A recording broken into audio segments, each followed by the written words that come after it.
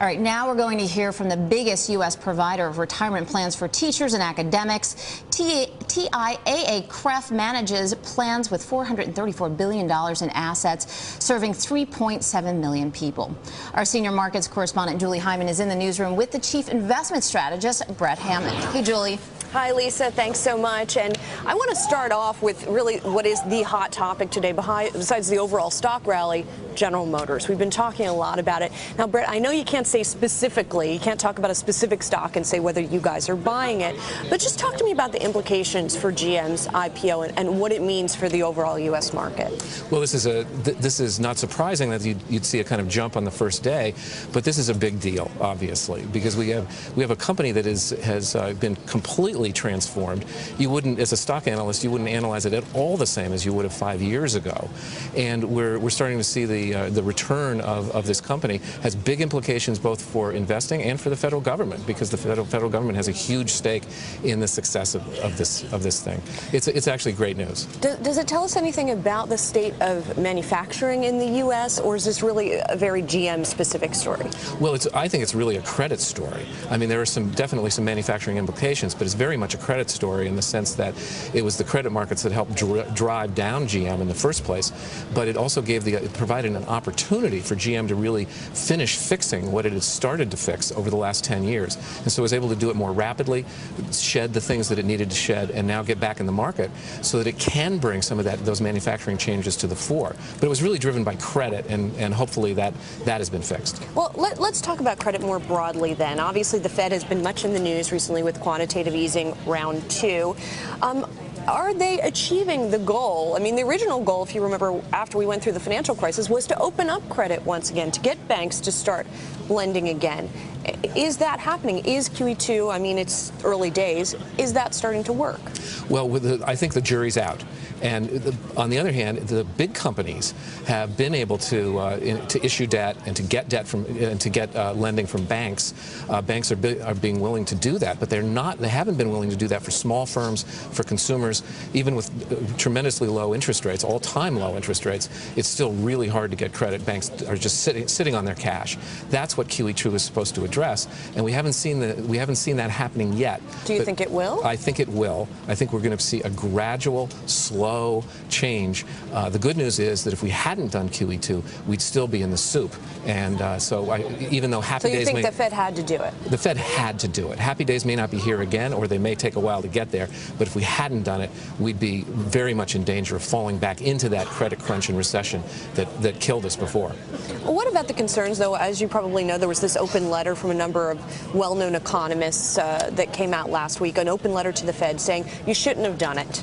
You shouldn't have done QE2. It's not going to be good for our economy. It's not going to be good, a lot of critics have said, for the dollar, and inflation is going to get out of control. Is that a concern of yours? Well, it actually isn't. I think if you take some of the points you just made, our industrial capacity, our labor markets are so underutilized at this point that there's so much slack. It's very hard to imagine anybody being able to dictate prices or push up wages at this point, and that's the generation of inflation.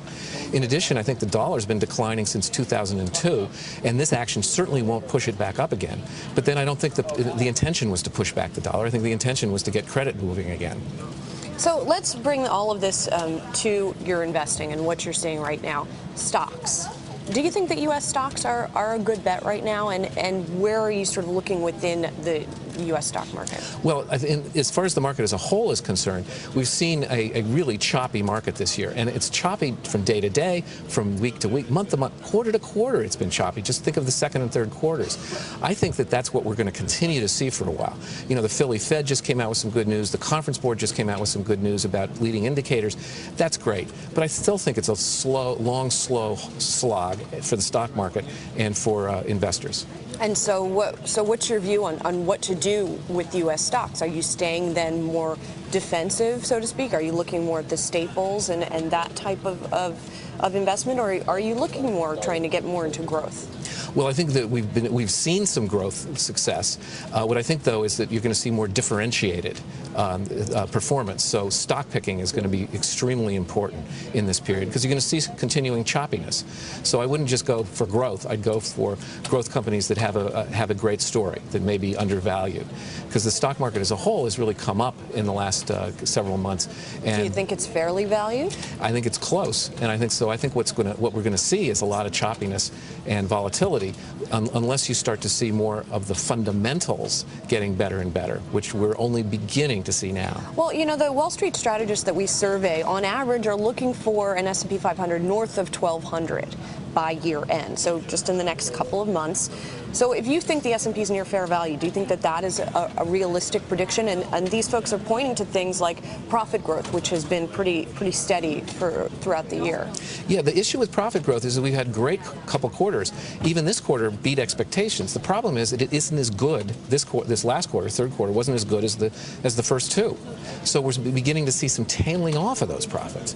That's partly what I mean by the fundamentals. We have sort of moribund economic growth going on too, and high unemployment. Where I think if there is a case to be made for a rally, I think it's in the emotional space, and what I mean by that is this. Emotion always plays a role in markets. We know that. Things overshoot, undershoot.